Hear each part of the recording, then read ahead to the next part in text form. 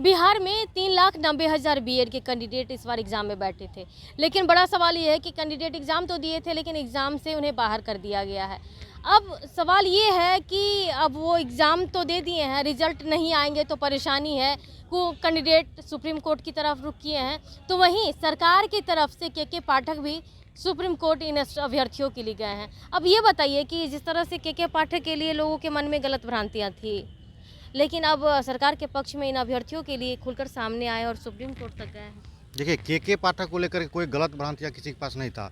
कुछ लोग थे जो के पाठक का विरोध करते थे, लेकिन कुछ समर्थन भी करते थे। तो के पाठक जी का सारा कार्य गलत नहीं होता था।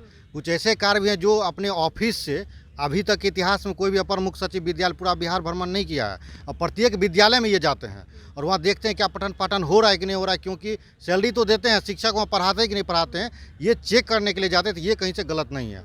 रही बात, अभी देखिए बिहार सरकार जैसे के पाठक जी गए हैं, सुप्रीम कोर्ट गए हैं, तो सुप्रीम कोर्ट गए थे बीएड अभ्यर्थियों को लेकर के। तो ये अच्छा सराहनीय कदम है। आपके चैनल पे भी हम ये मांग किए थे जो कि बिहार सरकार सुप्रीम कोर्ट जाए, क्योंकि मुख्यमंत्री जी है नीतीश कुमार जी, ये इससे पूर्व में जो है जो प्रशिक्षित नहीं थे शिक्षक, उनको नियुक्त किए थे और ये गए थे कोर्ट में, सुप्रीम कोर्ट गए थे, बोले थे हमारे पास प्रशिक्षित नहीं है, इसलिए हम लोग को अनट्रेंड को लेने दीजिए, बाद में हमको इसको प्रशिक्षित कर लेंगे, ये कहा गया था उनके द्वारा और ऐसा किया भी गया। और वही हम लोग का भी मांग था कि आप जो है जाके सुप्रीम कोर्ट जाइए और वहाँ बात रखिए कि क्योंकि विज्ञापन ये पहले आ चुका था और चूँकि जो 2018 का जो गजट था उसी के अनुसार हम लोग सभी बीएड किए थे और परीक्षा पास किए, सीटेट भी पास किए, उसके बाद जाकर के बीपीएससी का भी परीक्षा हुआ है। इसीलिए बीएड का संख्या जो अभ्यर्थी का है, परीक्षा में भी बताया गया कि जो 77% लगभग जो है बीएड के अभ्यर्थी हैं जो प्राइमरी में जो उत्तीर्ण हो रहे हैं। तो इससे हमको लग रहा है जो कि हम लोग स्पष्ट तौर पर जरूर जीतेंगे और सरकार मजबूती से सुप्रीम कोर्ट में अपना पक्ष को रखेगी। अच्छा, ये बताइए कि जिस तरह से सुप्रीम कोर्ट गए हैं, तो समय का रिजल्ट देने के लिए काफ़ी लोग कह रहे हैं कि सुप्रीम कोर्ट जाने के पीछे की वजह ही है कि वो देर से रिजल्ट देंगे, परिणाम को अटकाने की कोशिश की जा रही है। ऐसा कुछ है या फिर इन कैंडिडेट के लिए हित सोच रहे हैं? नहीं, ऐसा परिणाम अटकाने का बात नहीं है। देखिए, अगर ऐसा कुछ रहता, अभी देखिएगा वर्तमान सरकार लगातार वैकेंसी ला रही है, चाहे बीएसएससी इंटर स्तरीय हो, चाहे सिविल कोर्ट का भी फॉर्म भरा है तो उसका भी एग्जाम डेट घोषित कर दिया गया है। बिहार पुलिस हो, दरोगा, लगातार वैकेंसी दे रही है, यानी कि अभी वर्तमान से सरकार नौकरी देने के मूड में है, क्योंकि इलेक्शन आगे में है। और तेजस्वी जी वादा भी किए थे, जो पहला हस्ताक्षर हमारा होगा 10 लाख नौकरी का, तो वो तो हुआ नहीं कैबिनेट से, लेकिन देर से ही, लेकिन जल्दी करे, ये हम लोग को उम्मीद है जल्दी करेंगे, ये देर नहीं है। अब बीएड अभ्यर्थी को लेकर के वहाँ गए हैं, क्योंकि 4 साल से बीएड के अभ्यर्थी प्रदर्शन किए पटना की सड़क पे। एक और चीज़ हम आपके चैनल के माध्यम से सभी अभ्यर्थियों को कहना चाहता हूँ, कुछ डीएलएड के हमारे साथी हैं जो बीएड के विरोध में आ जाते हैं। हमेशा कहते हैं कि एक पक्षीय खबर चलाते हैं, तो डीएलएड वाले के लिए पक्ष और विपक्ष की बात ही नहीं है। बीएड वाले एग्जाम में बैठे थे और एग्जाम देने तैयारियों के साथ ही बैठे होंगे, उसके बाद अगर रिजल्ट रोका जा रहा है तो समस्या उन लोगों के साथ है। देखिए, डीएलएड वाले साथी को ये समझना चाहिए, जब आप पटना की सड़क पर प्रदर्शन करते थे तो उसमें बीएड अभ्यर्थी भी थे।